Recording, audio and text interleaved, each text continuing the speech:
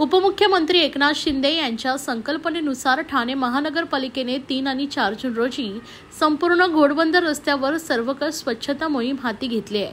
मुख्य रस्ता, सेवा रस्ता, दुभाजक, चौक अशा सर्व ठिकाणी ही मोहीम राबवण्यात येत आहे। मंगळवारी सकाळी या मोहिमेस सुरुवात झाली। बुधवारी सकाळी ही मोहीम सुरू राहणार आहे। महापालिका आयुक्त सौरभ राव यांच्या निर्देशानुसार माजिवडा मानपडा प्रभाग समिती अंतर्गत घोडबंदर रोडवर दुतर्फा सर्वकष स्वच्छता मोहिमेचं नियोजन करण्यात आले।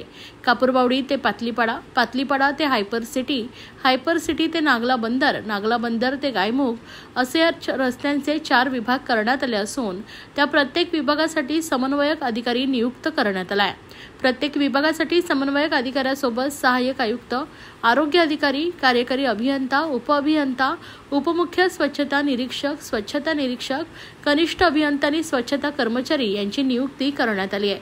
संपूर्ण घोडबंदर रोडच्या स्वच्छतेवर लक्ष केंद्रित करण्यात आले आहे। या मोहिमेत मुख्य रस्ता, सेवा रस्ता, दुभाजक या ठिकाणी कचरा टाकणे, डेब्रिज उचलणे, दुभाजक स्वच्छ करणे, नाले आणि गटारातील गाळ उचलणे, रस्त्यांची साईडपट्टी स्वच्छ करणे, झाडांच्या कापलेल्या फांद्या उचलणे आदी कामे करण्यात येत आहेत।